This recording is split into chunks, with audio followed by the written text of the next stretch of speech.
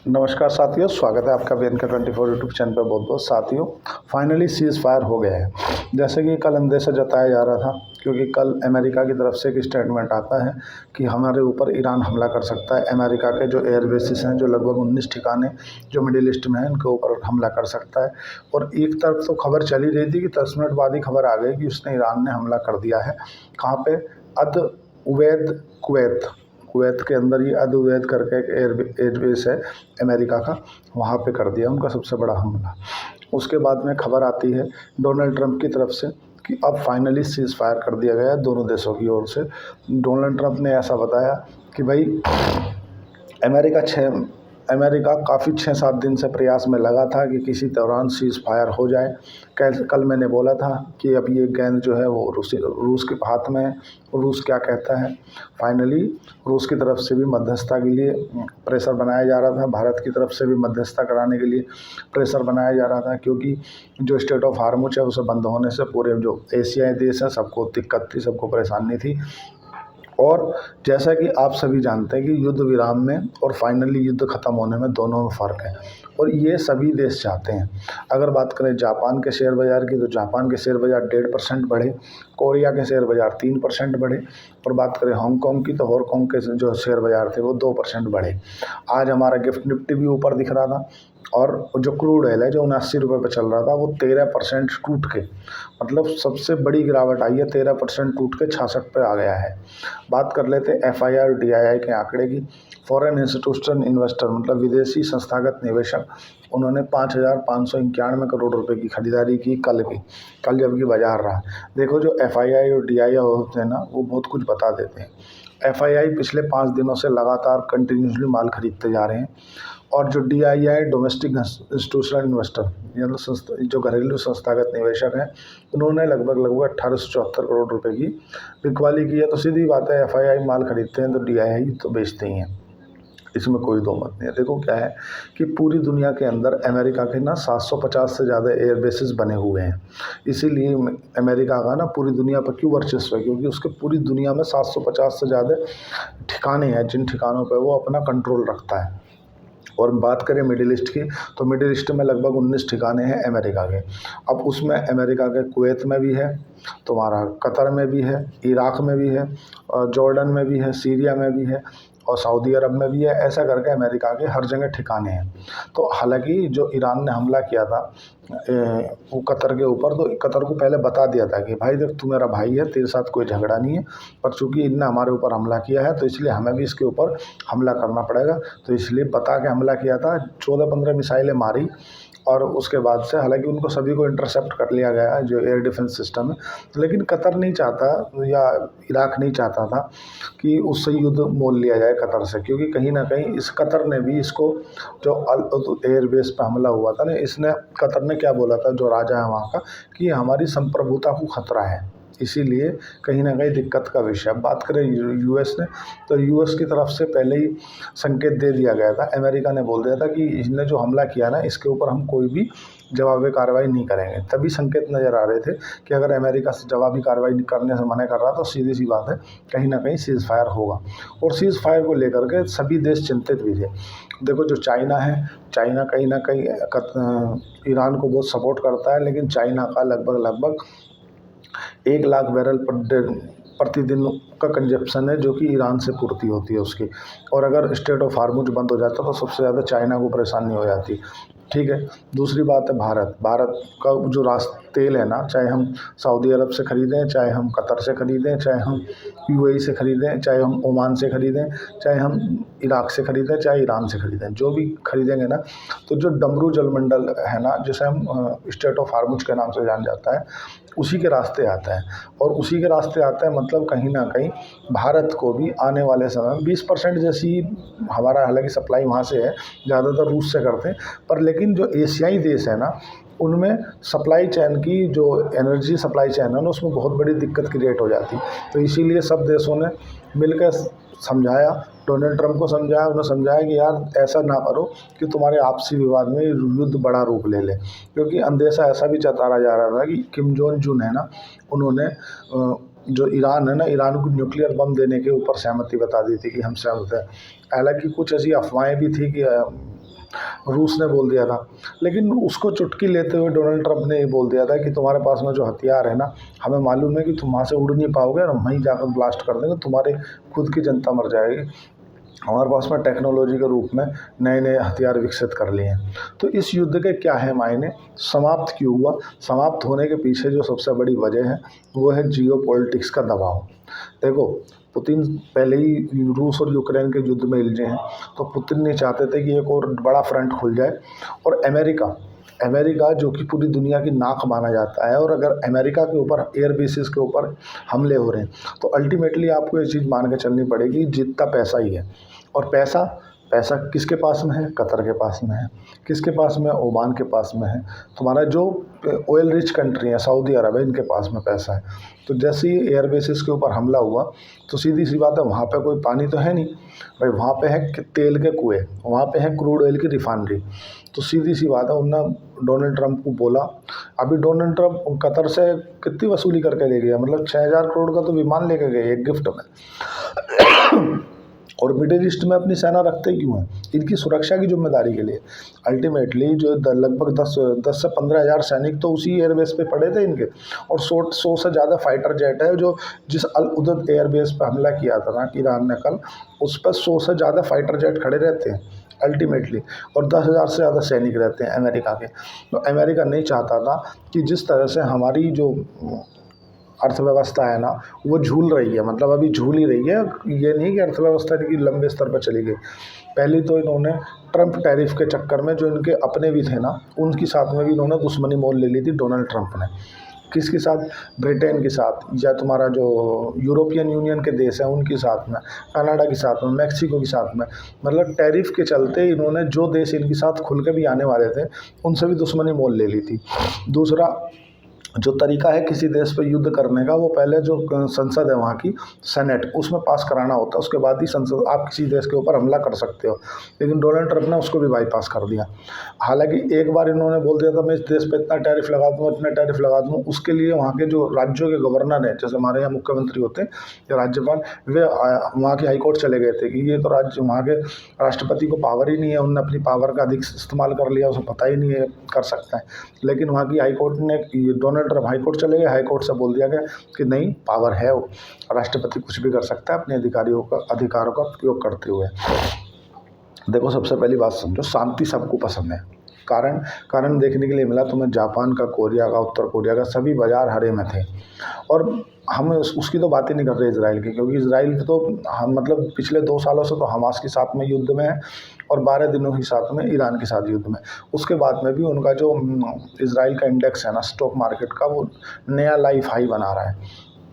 तो इजराइल की बात नहीं कर रहे, बाकी जो देश है ना जिनको उससे नुकसान होता है, तो कहीं ना कहीं उनके अंदर आज 2-2, 3-3% की जो मतलब रिकवरी देखने के लिए मिली है, वो ये जताती है कि भाई सबको शांति पसंद है, लड़ाई झगड़ा किसी को पसंद नहीं है। और ऐसा ही भारत के जो प्रधानमंत्री हैं उनकी तरफ से भी कहा गया था, जैसे कल मैंने वीडियो बनाई थी उसमें मैंने बताया था कि किस देश का क्या स्टैंड है। तो भारत ने बोला था कि यार देखो, तुम्हें अब भी बैठ के ही बात करनी, और तुम एक दूसरे देश का कितना ही नुकसान कर दोगे, तुम इसका नुकसान कर दो, वो तुम्हारा नुकसान कर दे, अल्टीमेटली बाद में भी बैठ के ही बात करनी है। और ईरान की तरफ से जो आधिकारिक पुष्टि की गई है, लगभग 1100 से 1200 के आसपास में जो आम जनता मारी गई है, सिविलियंस की मौत हुई है। और ईरान की तरफ से हालांकि आंकड़ा तो छोटा है, 3 से बताते हैं कि 20-30 मारे गए हैं, लेकिन हो सकता है ज़्यादा भी हो। पर लेकिन कहीं ना कहीं मिलियंस ऑफ डॉलर्स खर्च भी हो रहे थे, क्योंकि ईरान इधर से मिसाइल मारता था, और एक मिसाइल को इंटरसेप्ट करके गिराने में ना बिलियंस ऑफ डॉलर्स खर्च होते हैं। मतलब ऐसा नहीं है कि आपने उनने मिसाइल मारी, आपने हाथ से पकड़ के नीचे तार ली ना। वो जो मिसाइल, किसी मिसाइल को रोकने के लिए लॉन्च की जाती है ना, उसी का खर्चा कहीं 100 करोड़ रुपए में खर्च होता है।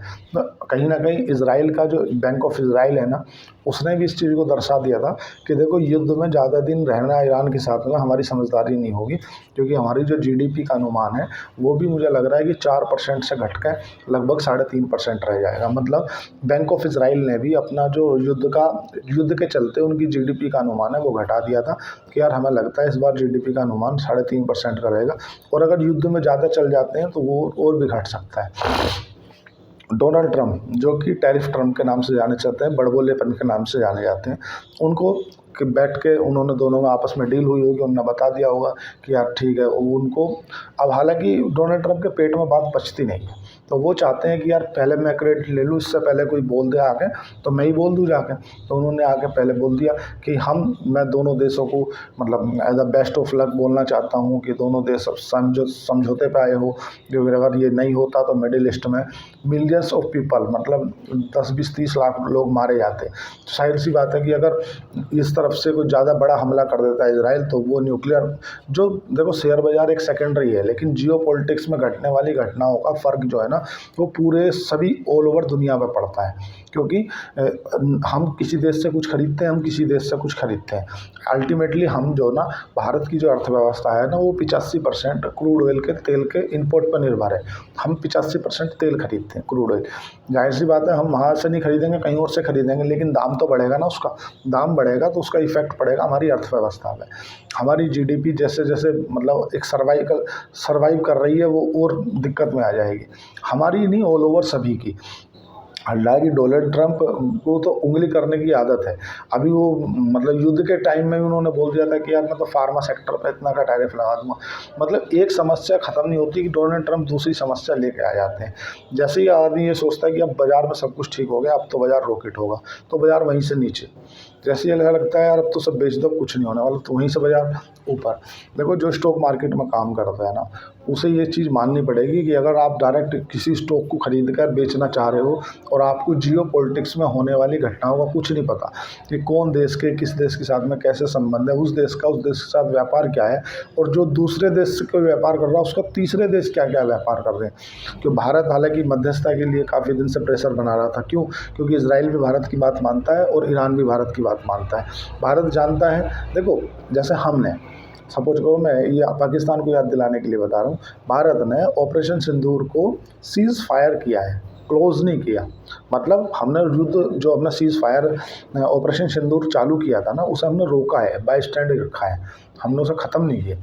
और सीधी बात भारत की तरफ से की गई है कि भाई अगर आपकी तरफ से कोई भी आतंकवादी घटना होती है तो भारत उसे युद्ध के तरह लेगा, ठीक है। और वहाँ पे डोनाल्ड ट्रंप ने कहा एज अ क्लोज। हालांकि ईरान की तरफ से एक ट्वीट आती है ताव में कि पहले इजराइल की तरफ से युद्ध रुकेगा तब हम रुकेंगे, लेकिन फिर थोड़ी देर बाद वो ट्वीट के बाद दूसरी एक ट्वीट आती है कि नहीं, हम अपने सैनिकों का इस जवाब थोड़ी कार्रवाई में दोनों की तरफ से जो जवाबी कार्रवाई हो रही थी उसकी तरफ से बधाई देते हैं और कहीं ना कहीं हम शांति के पक्ष में हैं। पर देखो बात यह है 24 घंटे का समय है, 24 घंटे में दोनों की तरफ से युद्ध विराम होना चाहिए। मतलब ईरान की तरफ से हालांकि पुष्टि कर दी गई है कि हमारी अंतिम मिसाइल है, इसके बाद हम मिसाइल लॉन्च नहीं करेंगे। जो उनकी फोर्डो न्यूक्लियर पावर प्लांट जो प्लांट था जहाँ पे ये अपना न्यूक्लियर रखते थे, हालांकि ये तो बोल रहे हैं कि हमने वहाँ से वो हटा लिया था, और जो सैटेलाइट से लिए गए इमेजेस हैं ना, तो जहाँ के फोर्डो न्यूक्लियर रखा हुआ था ना वो पूरी रूप से डिस्ट्रॉय कर दिया गया है। इनकी 3 साइडों के ऊपर अमेरिका ने बंकर ब्लास्टर बम से हमला किया था।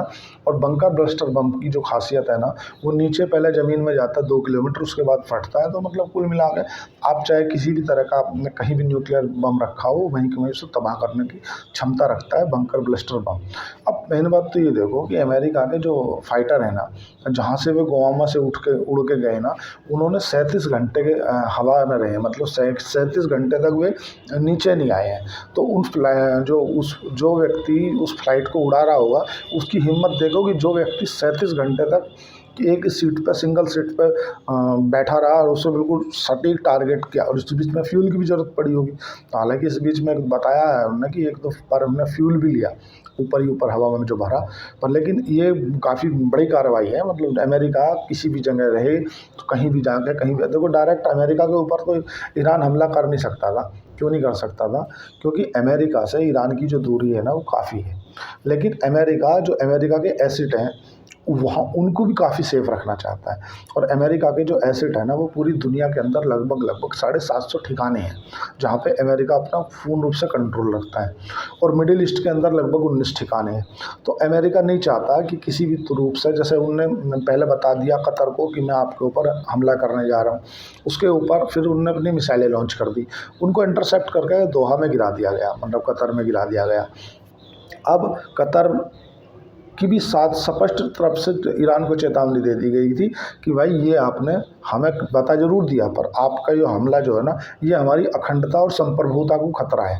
तो कहीं ना कहीं एक बार तो ईरान ये भी सोच रहा था कि हो सकता है कतर ना इसमें सामने आ जाए, और अगर अमेरिका के जो ठिकाने हैं उनके ऊपर ईरान हमला करता तो जाहिर सी बात है जिस देश के ऊपर हमला होता वही देश निशाने पर आ जाता। सपोज करो, और बिल्कुल लेमन लैंग्वेज में आपको समझाना चाहता हूँ, अगर कोई ब्रिटेन का जहाज़ जैसा हमारे केरल में आया हुआ खड़ा था F-16, भले ही वो मेंटेनेंस के लिए खड़ा था, और कोई देश अगर हमारे ऊपर मिसाइल से हमला कर देते भारत के ऊपर कि यार हमने तो तुम्हें थोड़ी बोला, हमने तो उसके देश के जो एसिड थे नुकसान पहुंचाया, क्योंकि एक फाइटर जेट लगभग 5,000 करोड़ का होता है, तो उन्होंने मतलब ये बोल दिया कि मैं तो 5,000 करोड़ का नुकसान करना चाह रहा था इसलिए मारा। तो भाई आपने उसे नहीं मारा, आपने अल्टीमेटली भारत को मारा, क्योंकि भारत की जो अखंडता है ना, आपने उसको छूने किया है। तो इसलिए कहीं ना कहीं आप इस दुश्मनी में भारत के भी साथ ले लिया हो। तो इसीलिए कतर के साथ में जो हुआ, तो कतर ने क्या बोला कि यार अब आ जा, मैं तुझे देखता हूँ, ऐसे ही बोला कतर ने कि भाई कहीं ना कहीं हमारी अखंडता को खतरा है, तो इसलिए अब कतर साथ है। तो ईरान नहीं चाहता था कि पूरे मिडिल ईस्ट में उसे हमले करने पड़े, और मिडिल ईस्ट में जो उसके मुस्लिम देश हैं, चाहे तुम्हारा इराक हो, जॉर्डन हो, बहरीन हो, कुवैत हो, कतर हो, सऊदी अरब हो, UAE हो, ओमान हो, ये जितने भी देश हैं, जिन देशों पर भी वो हमला करेगा ना, तो एसिड जो है ना, जो वहाँ पे एयर बेसिस बने हुए हैं, जो फाइटर जेट खड़े हैं या युद्धपोत खड़े हैं, वे ज़रूर अमेरिका के खड़े हैं। लेकिन अगर कतर ईरान हमला करेगा तो उनकी दुश्मनी तो पर्सनल देश से भी हो जाएगी ना, क्योंकि वो जो मिसाइल मारेगा तो वैसे थोड़ी किसी पर मारेगा, मिसाइल तो कहीं भी गिरेगी, उसमें आम जनता भी मरेगी, उसमें कुछ ना कुछ जो सऊदी अरब है या जो उनके ठिकाने हैं उनमें भी नुकसान पहुंचेगा। तो ईरान भी नहीं चाहता था कि इस युद्ध को ज़्यादा लंबा खींचा जाए, क्योंकि कहीं ना कहीं पूरी दुनिया के साथ में दुश्मनी लेना कोई समझदारी वाली बात है नहीं। अब बात करें इसराइल की, इसराइल को भी देखो बिलियंस ऑफ डॉलर्स में नुकसान हो रहा था। पहले ही इसराइल हमास और लेबनान में हिजबुल्ला और तुम्हारा जो यमन में हुती समुदाय, इनसे पहले ही परेशान है। और दूसरा ईरान के साथ में बड़ा फ्रंट खुल गया। बड़ा फ्रंट खुलने का मतलब ये है कि ये तो इन्हें तो जो मार रहा है उनका आयरन डोम मार रहा है, ये छोटी मिसाइलें मारते हैं, चाहे हिजबुल्ला है, चाहे हमास है, चाहे तुम्हारा यमन के हुती समुदाय है, ये छोटी मिसाइलें मारते हैं। छोटी मिसाइल मारने के कारण इनका जो आयरन डोम है ना, वो उसे इंटरसेप्ट करके डिस्ट्रॉय कर देता है, वो रिजेक्ट कर देता है। लेकिन जो ईरान मार रहा है वो बड़ी मिसाइल मार रहा है, और उसको खर्चा करने में भी ज़्यादा आ रहा है। अब बात कर देखो, कई बार आपने देखा होगा कि हमने जो है हमास को अभी तक भी आतंकवादी डिक्लेयर नहीं किया है। कारण क्या है? जब आपने देखा होगा अजमल कसाब ने ताज होटल को उड़ा दिया गया था, ताज होटल में इतनी कैचुअलिटी की थी, उसके बाद में भारत की तरफ से इजराइल के ऊपर प्रेशर बनाया गया कि भाई आप जो है अजमल कसाब को मतलब एज द आतंकवादी डिक्लेयर करो। तो इजराइल ने उसे आतंकवादी डिक्लेयर नहीं किया था। तो वो देखो, आपको जियो पॉलिटिक्स में ये बात समझनी होगी कि ना तो कोई किसी का परमानेंट दुश्मन होता है और ना कोई किसी का परमानेंट दोस्त होता है। तो जैसे हालांकि अब उसने अजमल कसाब को कर दिया है, वो डिक्लेयर कर दिया आतंकवादी, लेकिन बाद में किया। इसी तरह से भारत ने भी हमास को इजराइल के कहने के बावजूद भी आतंकवादी संगठन डिक्लेयर नहीं किया है। तो भारत का कहना ये है कि यार हमास जो नुकसान पहुंचा रहा है वो इजराइल में पहुंचा रहा है। अब हमास को भारत अगर आतंकवादी डिक्लेयर कर देता है कि यार नहीं ये तो आतंकवादी है, और वो फिर आतंकवादी घटनाओं को भारत में अंजाम देने लगे, भाई हमारा इसमें न्यूट्रल फेस है, हम नहीं मानते यार, तुम आतंकवादी मानते हो, हम नहीं मानते, बस बात ख़त्म होगी। ऐसा नहीं है। अभी देखो, आपने कुछ दिन पहले देखा होगा कनाडा के साथ में भारत के कितने ख़राब संबंध हो गए थे, मतलब हम ना कनाडा से अपने सब बुला लिए थे। अब क्या हो गया, 6 महीने साल भर बीता गया, अब हमारे कनाडा साथ संबंध होने लगे। तो ये ना विदेशों में हमेशा अपने देश का हित देखा जाता है कि किसका कितना हित छुपा है, किसके प्रति किस देश का कितना हित छुपा है, बस अल्टीमेटली पूरा गेम है हितों का। जैसे भारत का स्ट्रेट ऑफ हार्मुज बंद होने से सीधी सी बात है, जो एनर्जी सप्लाई है उसमें डिस्टर्बेंस आती, तो भारत बीच में आया कि यार नहीं, झगड़ा नहीं करो, देखो लड़ाई झगड़े में कुछ नहीं रखा। भारत ने कभी रूस और यूक्रेन में फ्रंट पे आके क्यों नहीं बात करी, कभी यूक्रेन के राष्ट्रपति से? क्योंकि भाई अल्टीमेटली सब देशों के अपने अपने हित छुपे होते हैं। चाइना ने ईरान के ऊपर दबाव क्यों बनाया कि यार नहीं सीज़ फायर कर लो? क्योंकि चाइना 1 लाख बैरल प्रतिदिन का कंजप्शन करता है और वहाँ से खरीदता है, और वो इनका जो ग्वादर बंदरगाह है पाकिस्तान में, वहाँ पे आता है, और वहाँ से पूरा का पूरा रोड के माध्यम से चाइना पाकिस्तान इकोनॉमिक कॉरिडोर के माध्यम से सीधा चाइना चला जाता है। तो चाइना नहीं चाहता था कि इनका जो इन लड़ाई झगड़ों के चक्कर में कहीं ना कहीं जो क्रूड ऑयल की सप्लाई है वो बाधित हो जाए। भारत क्यों? क्योंकि भारत के लगभग 5,000 बिलियन डॉलर के आसपास में जो 4 बंदरगाह हैं जिसको हम डेवलप कर रहे हैं उसमें लगा है। और अगर ये युद्ध बड़ा रूप लेता है तो फिर वो नहीं देखा जाएगा कि कहाँ पे कौन सा पोर्ट कौन डेवलप कर रहा है, उसे भी डिस्ट्रॉय कर दिया जाएगा। तो उसमें नुकसान किसका होगा? भारत का होगा, क्योंकि डेवलप तो भारत ही कर रहा है ना उसको। तो भारत का भी सीधा सा है, 4 बंदरगाह सब तेल लेंगे और या तुम सीधा यहीं से अफगानिस्तान के रास्ते निकाल लेंगे। और एक हालांकि भारत की तरफ से भी एक ऐसी बेल्ट का मतलब प्रस्ताव दिया गया है, पर ये प्रस्ताव अभी कितने दिन तक चलेगा ये कोई मानने योग्य बात नहीं है। भारत की तरफ से तो ये है कि भाई हम इसको कंटिन्यू करें और आगे जाके सीधे तुर्की तरफ निकल जाएं। पूरी जो यूरोपियन देश हैं वो पूरे रोड से कनेक्ट कर दिए जाए, वो ठीक है। बाकी ये अभी प्रस्तावित ही है, आगे इस पर कितनी कलम जा सकती है वो अलग बात है। लेकिन इससे सबसे ज़्यादा प्रभावित होने वाले जो ना 2 ही देश होते हैं, एक तो होता तुम्हारा भारत और एक होता तुम्हारा चाइना। दोनों देश अंडर प्रेशर बना रहे थे कि भाई देखो सीज़ फायर कर लो, युद्ध में कुछ नहीं रखा। और ना युद्ध पिछले 2 सालों से हमास के साथ लड़ रहा है इजराइल। तो हालांकि ऐसा नहीं कि यार इजराइल का कुछ नहीं, और ईरान के साथ में आज से नहीं पहले से कंफ्लिक्ट रही हैं। 36 का आंकड़ा रहा है। पाकिस्तान अपने आप को ठगा सा महसूस कर रहा है। पाकिस्तान ने एक बार को तो बोल दिया था मैं इजराइल के ऊपर परमाणु बम मार दूंगा, परमाणु बम से हल्ला कर दूंगा। एक रोटी 2 बोटी खिलाई और पाकिस्तान को कब्जे में ले लिया डोनाल्ड ट्रंप ने। अब पाकिस्तान कुछ बोल नहीं पा रहा। ईरान बोल रहा मैं जरा इजराइल से निपट लूँ, फिर तेरे से निपटता हूँ। तो उन्होंने तो बोला था बंद कमरे में कि मैं तुम्हें ये कर दूंगा वो कर दूंगा, और अब केवल कड़ी निंदा करके रह गया कि मैं कड़ी निंदा करता हूँ इस हमले की। तो ये जियो पॉलिटिक्स में सब घटता रहता है। पर इतना ज़रूर है कि सीज़ फायर से सारे जो देश हैं ना, ऑल ओवर जो देशों की इकोनॉमी है ना, उनको शांति मिली है। कहीं ना कहीं पूरे देश की अर्थव्यवस्थाएँ ख़राब हो जाती है। जितने भी एशिया के अंदर देश हैं ना, उनकी अल्टरनेटिव अगर आप खोजोगे भी ना, कोई दूसरा भी ढूंढोगे तो आप पैसा तो देना पड़ेगा ना, पैसा देना पड़ेगा और ज़्यादा के रेट में देना पड़ेगा। तो इसलिए वो समस्याएं आपकी रहेंगी। डोनाल्ड ट्रंप हालांकि अब बयान दे दिया है, अब ईरान इसको कितना मानता है वो देखने योग्य बात है। अगर आपको शेयर खान के साथ डीमैट अकाउंट खुलाना है तो नीचे दिए गए डिस्क्रिप्शन पर जाके आप अकाउंट ओपन कर सकते हैं। आज के लिए इतना ही। चैनल को लाइक करें, सब्सक्राइब करें, कमेंट करें। धन्यवाद, थैंक यू।